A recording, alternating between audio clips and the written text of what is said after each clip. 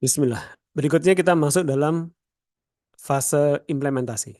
Bila sebelumnya kita telah mengupas pada fase fundamental, ya, mengenai data, mengenai tujuan penelitian, mengenai variabel, ya, dan jenis dari analisis data.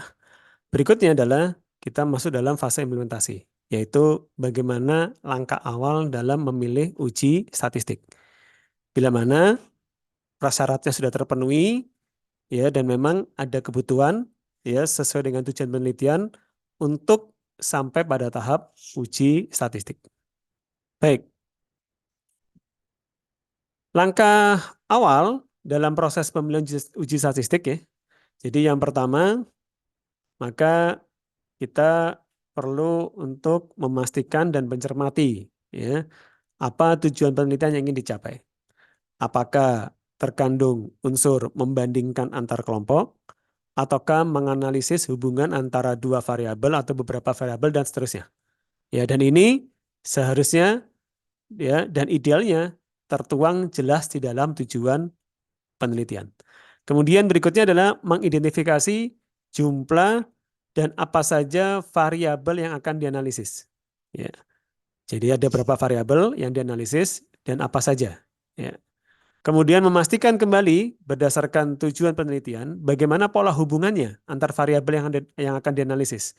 Serta tentunya penentuan mana variabel bebas dan mana variabel terikat atau variabel tergantung.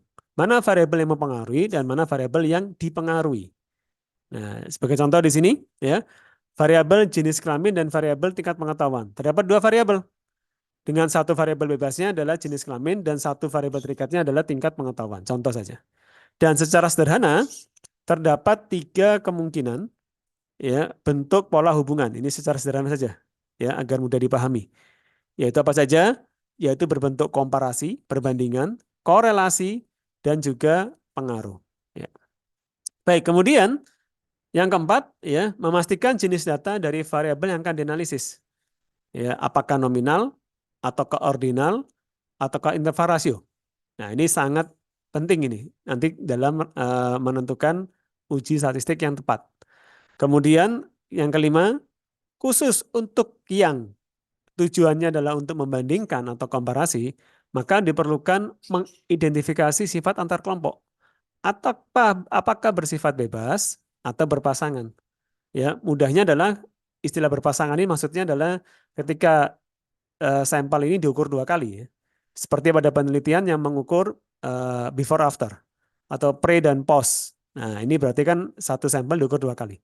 Sedangkan bebas ini berarti tidak saling terkaitan. Kelompok kontrol dengan kelompok perlakuan.